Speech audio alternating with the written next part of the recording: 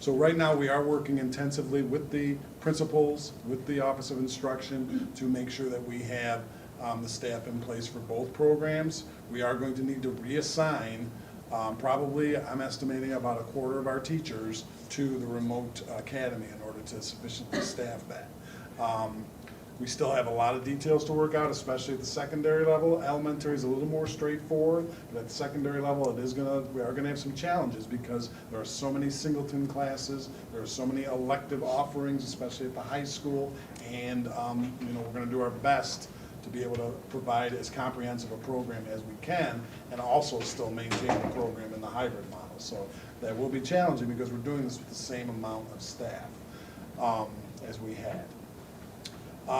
Working along with that, we are working very closely with our teachers union as well as the other support staff unions on looking at contractual implications of all these changes in the way we're delivering our program, and looking at different structures to the workday, different structures to work hours, some of the assignments that are given in the contract throughout the day, and how that's going to look different depending on where the person is placed. So that's kind of a parallel conversation that we're having as we're developing this plan for staffing. We are, again, as I said, a critical focus of human resources at this time of year is ensuring that we have adequate personnel. And this year, as I said before, it's even more critical, so we are making sure we're going to have extra district substitutes available so that subs can be assigned to buildings, so that there's some flexibility in staffing there. In the hybrid model, we're going to, at the elementary buildings who have smaller staffs to begin with, we are going to build in some extra teacher staffing for them so that they have people who can come in and deliver AIS services to make sure for those 2 days that the kids are in attendance, who can go in and spell a classroom teacher, a second grade teacher, for 45 minutes or an hour so that he or she can make contact with the half of her students who are sitting at home that day. Because at any given time on Monday, Tuesday, Thursday, Friday, half of our students are going to be at home. In the meantime, our teachers will have half the students in front of them and we'll have a full day with them. So we've got to figure out ways that we can service both of those groups of students in the hybrid model to a high level. So we're working on the unions with that, with contractual concessions and agreements and so forth. Nurlan talked about our daily health checks for students. We are also required to have daily health checks, self-checks for staff as well. And we are using the Frontline system that you spoke about. Frontline is one of our trusted vendors in the district. We use them for a variety of functions, including in HR. They handle all of our online application and hiring processes. So we're very comfortable in contracting with them for this additional health service. So every day, every staff member will need to go online, either through their handheld device or at home on a computer, etc., to take this self-quiz about COVID symptoms or whether they've tested positive for COVID, and that will generate a report that will immediately go to Human Resources, where we will get a list every day of anyone who's checked yes to any of those symptoms, and if they have a combination of symptoms as well. So we'll be able to tell very quickly. We're also putting in new protocols and processes in place within the buildings for our staff to call in sick, and all of our staff are going to get training on their first day of work in how to do that and what the expectations are for that. Our 12-month staff actually have already been doing that since they've been back since around the 4th of July. Only it's been on paper. Now it's going to be electronically, and we're going to be asking anyone who checks yes for a fever or yes for any of those other symptoms needs to call in sick, okay? And they're going to need to, they're also going to be advised to check in with their physician that day as well. And they need to continue to monitor their symptoms before they're going to be able to come back to work. So needless to say, that's going to generate probably an increase in absences, which is why we've got to be very vigilant about how we staff the hybrid program especially, but also the having subs available when we can. And it's going to be tough because the sub situation actually is worse this year than it's been in the last several years, understandably, because of all that's going on. That was one of the reasons why we asked you tonight to approve an increase in the sub-daily rates, and I appreciate the fact that you did that. And then the last piece of it, which is of course related to the health checks, is as we're doing with our students, we have to look out for the health and well-being of our staff as well, in our employee groups. And HR is working with them. We've already had dozens of inquiries between Kristen and myself for people who have their own health conditions that may put them at a higher risk for COVID-19, or if they get COVID-19 for worsened symptoms or effects, or they might be taking care of a family member who's in that situation, or they might have some other underlying condition that would make COVID exposure more dangerous for them.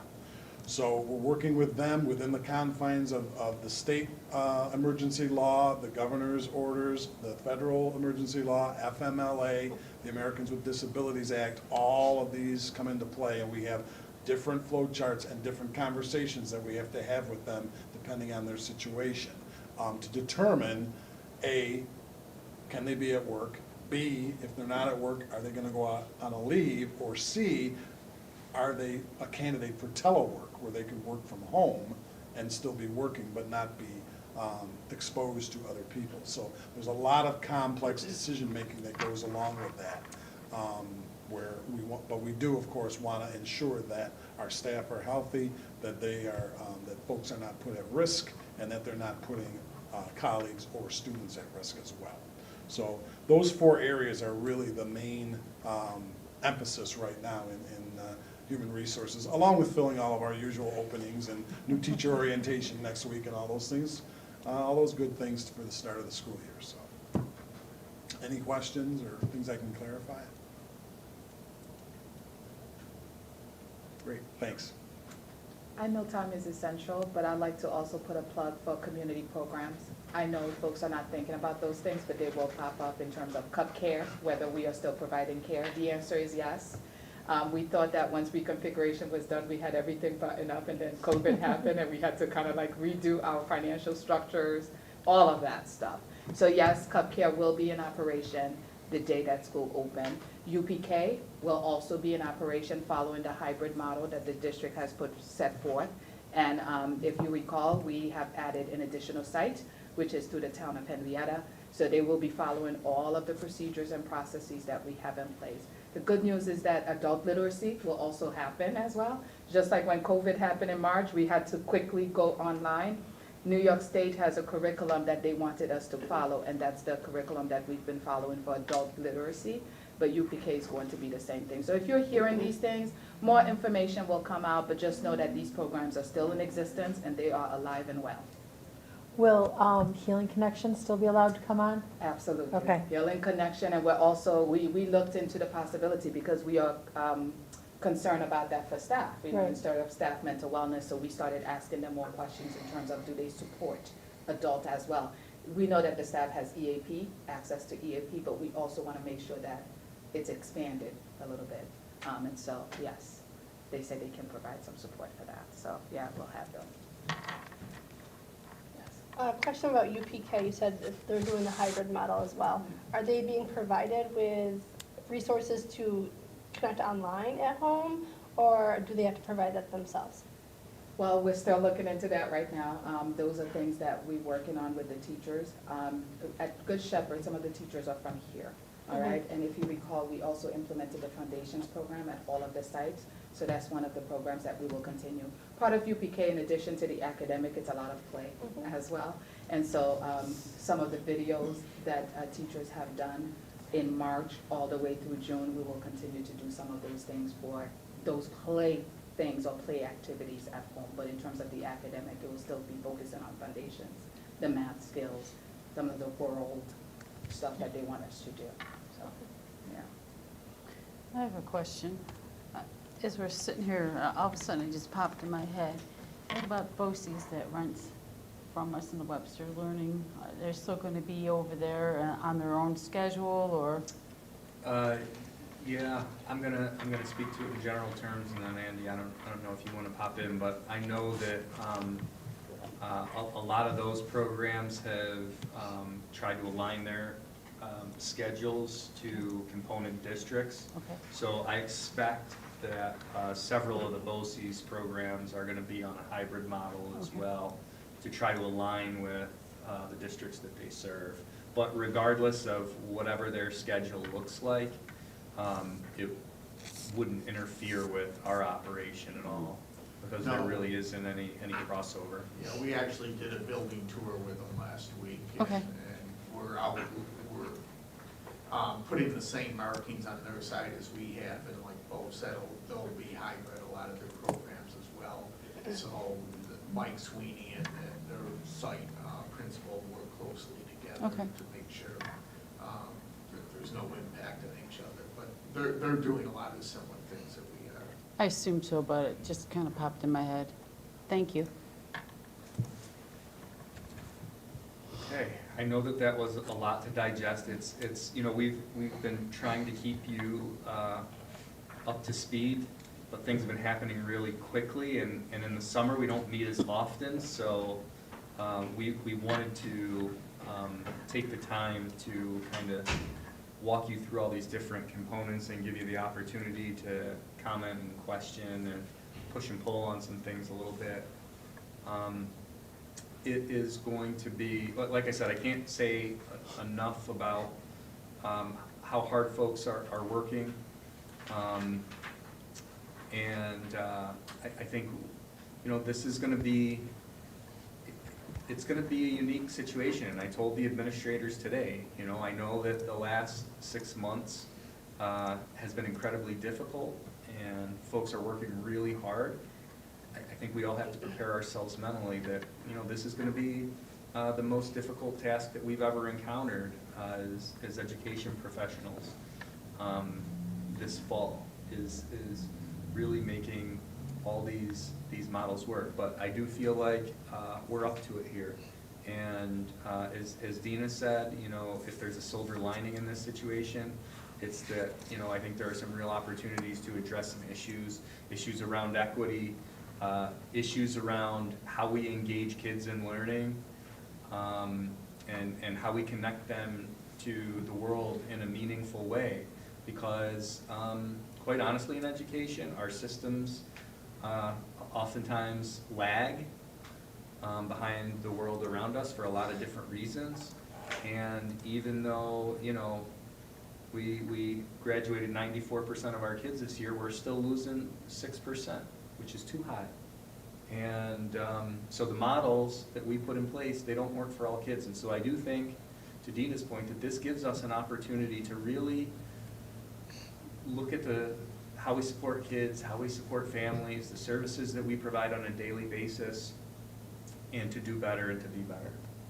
And so as difficult as it's going to be, there are some opportunities within this crisis to come out better than we were.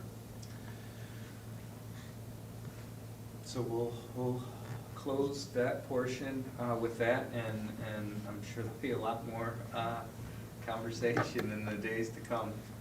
Do you want to just continue with your superintendent's report? Yeah, we submitted 2 written reports for your review and consideration. The Teacher Center Annual Report and the Collegial Coaching Report. Are there any questions on those 2 reports? No. Okay, I have nothing new to report under oral information. Like I said, almost our sole focus is really centered on making sure that we can reopen safely in September. Can you just talk a little bit about the upcoming parent sessions and staff? Sure. How it looks like and how? Yep, so we have our first 2 sessions tomorrow night. Our first session at 6 o'clock is for employees of the district, and the second is for parents. So they are hour-long sessions. We will give a general overview. Because time is limited, they'll be shorter than they were tonight. We also did a thought exchange in anticipation of these forums, because for those of you who have participated in the exchanges, especially when we've used them to sort of frame a forum conversation, it helps to focus. That helps to focus our reports and updates on what people are most interested in, but it also keeps the conversation moving as well, and helps to get feedback from people who may not be able to participate in the conversation itself. So we'll give brief reports and updates. We'll address the top 10 thoughts, top 10 rated thoughts that came out in the exchange specifically, and then we'll have an ample portion of time where people can participate in a live chat. So they would write in questions, which will be communicated to us. We'll be in this room. It will be live streamed. We will have someone here signing. We'll have an interpreter here to make sure that it's accessible to folks who need it in that respect. And like I said, we plan to answer those questions as people write them in. We'll be in this room, we'll be physically distanced, and each session will be live streamed. Having been through some similar-ish sessions at my day job, I know there's a fair to decent chance that you won't get to everybody's questions in the allotted time. Is there a plan to follow up with a written email communication, a broadcast communication to kind of get to the unanswered questions, if there are any? Yeah, well, tomorrow night will be a little bit easier because we can say, we're gonna be here tomorrow afternoon, and we'll be taking questions again, and then again on Friday. But in the event that we don't get to questions that people are asking, they can always submit through the website, and I have a number of people reaching out to me directly right now. We do a fairly good job of getting back to people in a timely manner. Every once in a while, you get a question that requires some research, and that takes us a little bit longer. Or every once in a while, you might get one that was intended for me and sent to the box, and it didn't get to me, and they'll say, hey, I emailed you like 3 or 4 days ago, why haven't you emailed me back? And so every once in a while, one slips through, but usually in one way, shape, or form, we're able to follow up with the person. So we do have mechanisms in place where we can get back to people if they aren't able to have their question answered during a session. Will we as the board be, we'll have the information to sit in on those sessions, both the staff and the parent sessions? And listen in? Yeah, they were, I believe we included the link in the last e-news. So Last folks e-news. can log in, and we'll make sure, James, to your point, that we communicate that to the people that participate. The process that we're recommending for people that don't get their questions answered, how we can follow up. Okay, thank you. Or how they can get the question to us, and then we'll follow up. All right, that's it? Okay. All right. That concludes the superintendent's report. Brings us to new business. First item is our board workshops, our planning. And the draft is there of some topics for the coming year. You can see there's there's one open spot, but hopefully you've taken a look at these. These are okay, but along the lines, if you think there's some other workshop that we need to have, I see Nikki's hand already, so.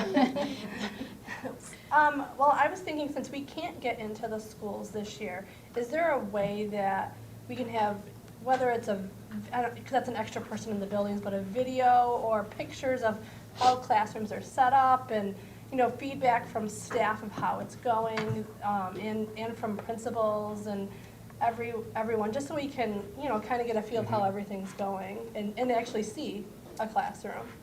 Can I think about the best way to accommodate that for you guys, and then report back next meeting? Yeah, that's perfect. Thank you. All right.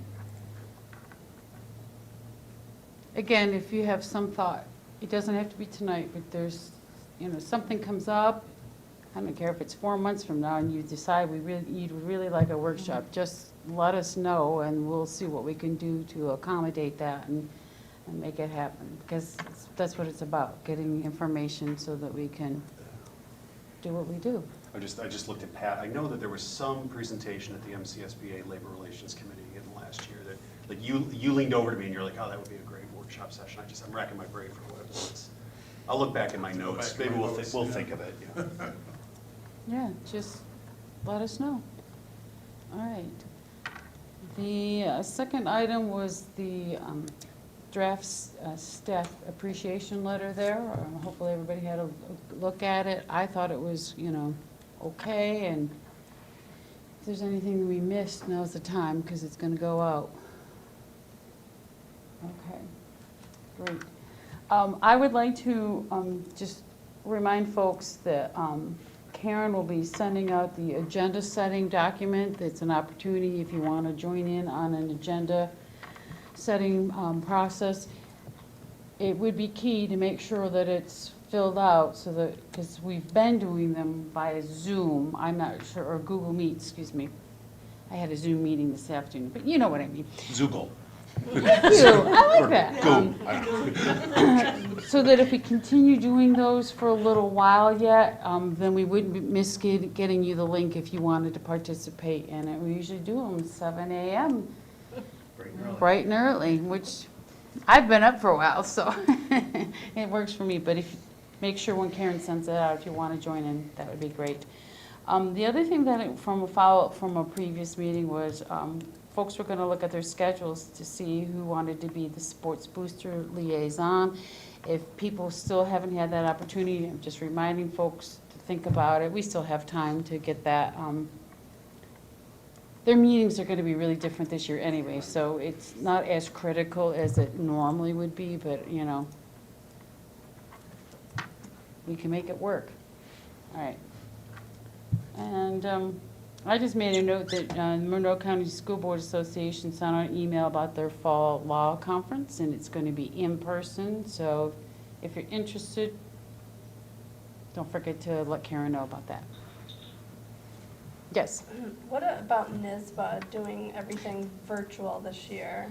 Karen and I have been back and forth. They haven't posted yet the type of sessions that they're going to have, so we're kind of waiting to see so we could figure out how folks, if they wanted to sign up virtually, then the cost will be, reduced to do that.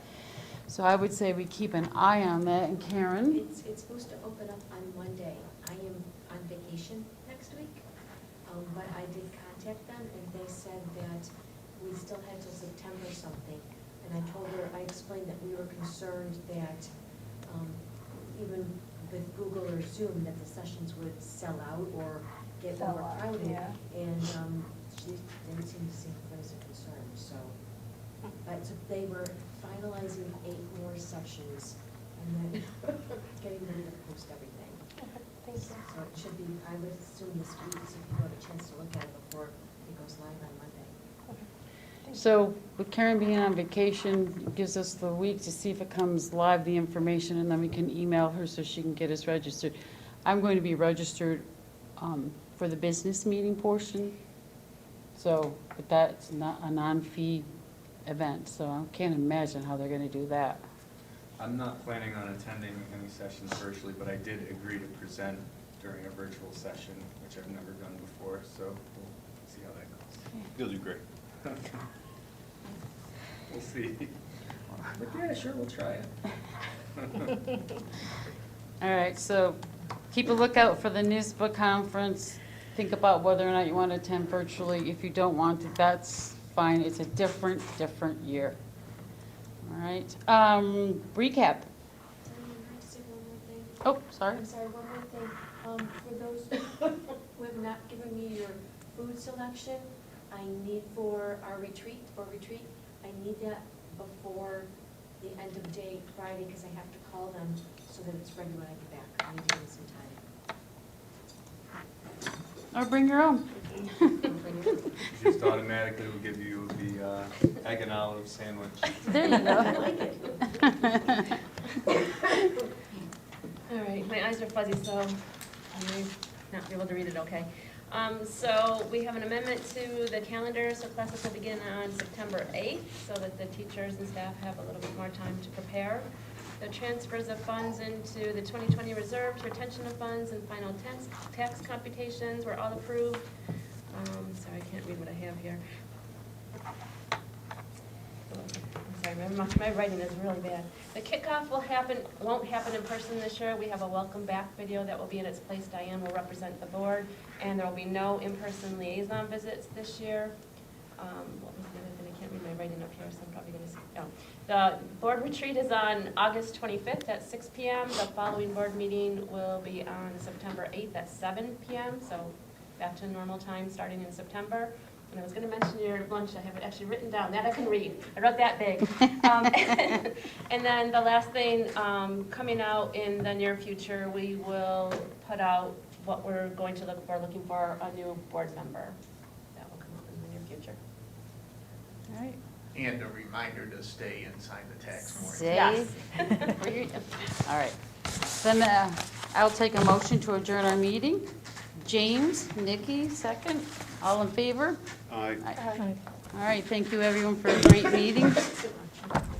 Thank you to all of you for the hard work that you're doing and share that down the ranks. We appreciate it. My computer says 8:32.